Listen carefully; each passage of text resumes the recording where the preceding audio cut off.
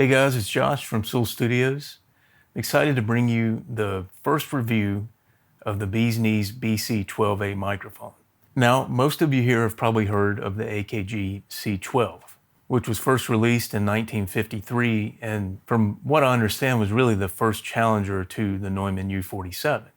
AKG produced the C12 from 1953 to 1963, and it was built around their CK12 capsule, which may very well be the greatest capsule ever made, and from what I understand is the most difficult capsule to reproduce. Now, not only is the C12 and the C12A and C12B discontinued and have been for quite some time, but AKG does not make the brass CK12 capsules and haven't done so for about 30 years. Thankfully, we have BeesNeez, and BeesNeez has become the largest manufacturer of CK12 brass capsules in the world. So naturally, if someone were going to bring back the C12A, you would want it to be someone that specializes in the capsule, since that is the heart and soul of the microphone.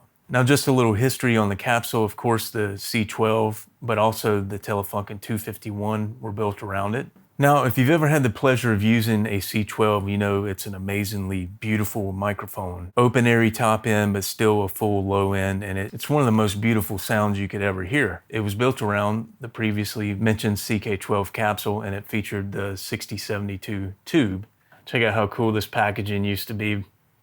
So this is a GE 5-star 6072 tube, and this is not the prettiest example you'll ever see of one, but it's actually my favorite sounding one. And as you can see in the BC12A, fitting a tube of this size becomes problematic. So when AKG moved away from the C12 and developed the C12A and C12B, the microphone was noticeably smaller, and it was built around a 7586 Nuvistor tube, which were much smaller. I don't have one here, but if you looked at one, it was very similar to like this mic adapter, about the diameter of a dime, and it's like 20 millimeters tall. So very small, much more able to fit inside of a smaller mic. Now, I wasn't quite around in the 50s and 60s, but I know even back then there was trouble with getting VF14 tubes for the Neumanns, and so companies were moving to smaller tubes to compete with some of the transistors out there, because you've got to keep in mind in that time, not just music gear used tubes, but you had tubes in radios and later televisions and military equipment and things like that. So there would have been a great benefit to having something smaller.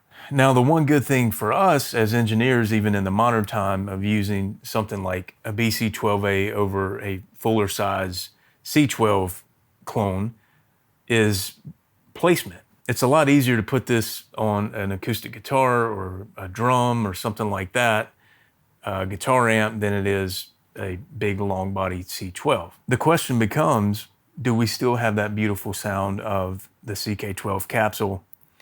And we're going to get into the files here and find out. So initially, when I started this review, I thought, okay, I'll do an acoustic guitar and a vocal, and that's usually where I like to audition mics. That's where I can find out the most information about them the quickest. So I started with an acoustic guitar that was cardioid, but one click towards figure 8. Sounds like this, dry.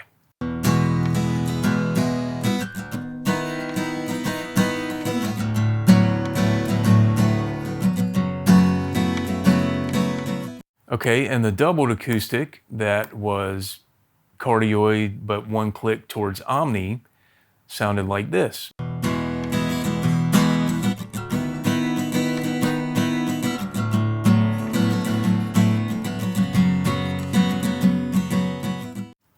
All right, I'm gonna quickly switch back and forth just so you can hear any differences that changing the pickup pattern a bit made.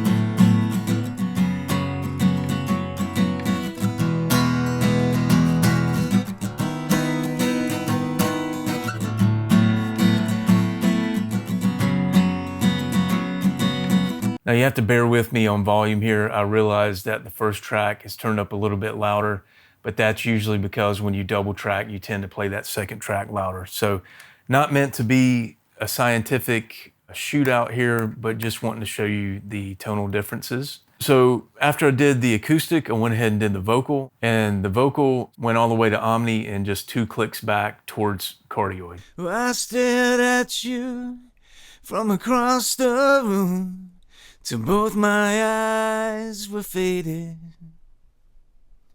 I was in a rush, I was out of luck. Now I'm so glad I waited.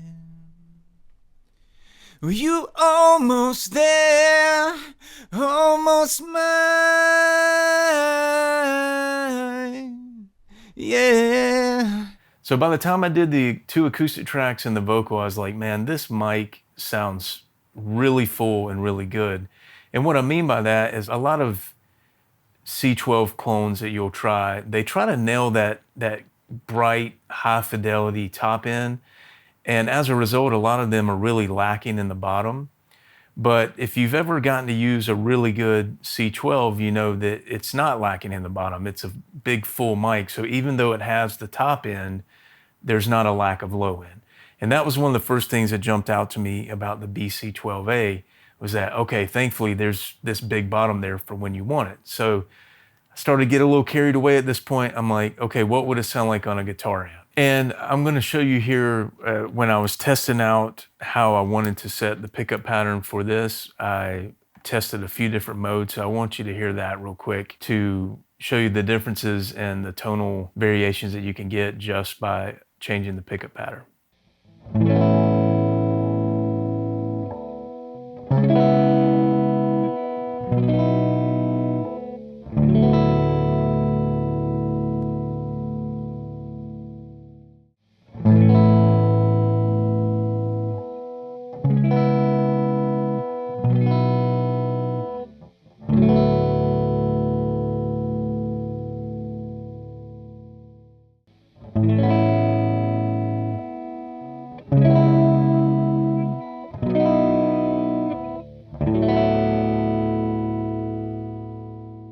So you can hear there how much low end is available when you want it.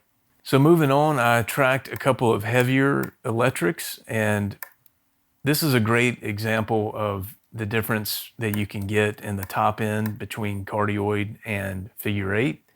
And so the first track is cardioid, and it sounds like this.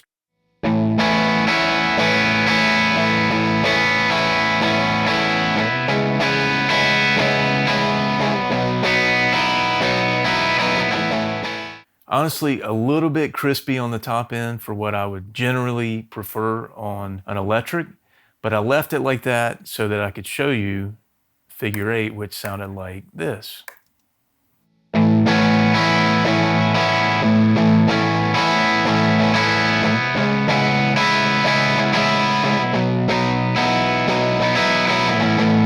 All right, let's jump between those quickly to hear the difference.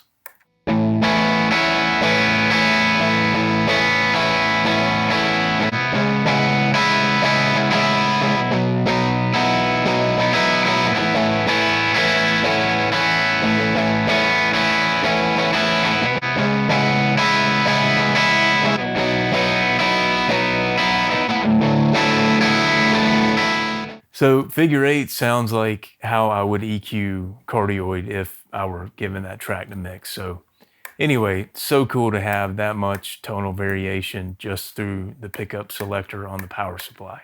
All right, so now I'm getting a real good feel of how full the low end can be. So I'm like, man, I've got to record bass with this. So this is what the bass track sounded like dry.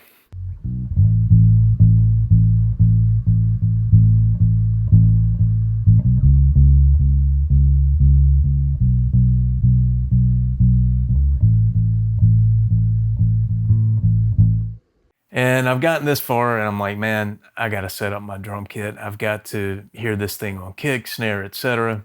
So check out the kick drum dry.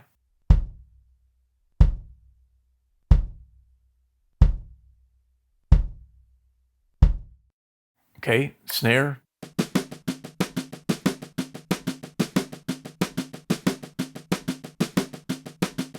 So then I did some hi-hat ride.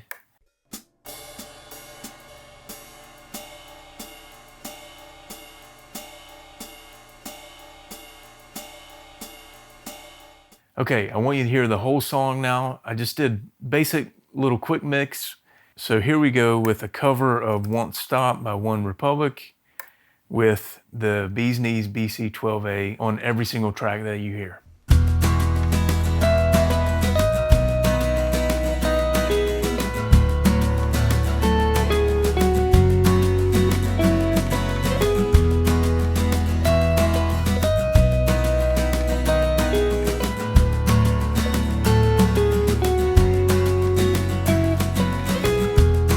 I stared at you from across the room till both my eyes were fading.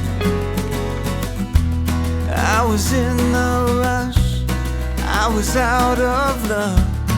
Now I'm so glad I waited. Were you almost there, almost mine? Yeah, they say love ain't fair, but I'm doing fine. I swear it's you, I swear it's you, I swear it's you that I've waited for. I swear it's you, I swear it's you, I swear it's you that my heart beats for, and it ain't gonna stop, just won't stop. All right, guys, that is the review of the BeesNeez BC12A. I hope you enjoyed it. I want to say thank you to Ben and everybody at BeesNeez for allowing me the great honor of introducing this mic with the first review. This mic was such a joy to sing into, to play into, and honestly, I experimented with the pickup patterns and mic placement like I would always do with anything I'm recording, but it was pretty darn easy to get these sounds captured. All right, guys, take care.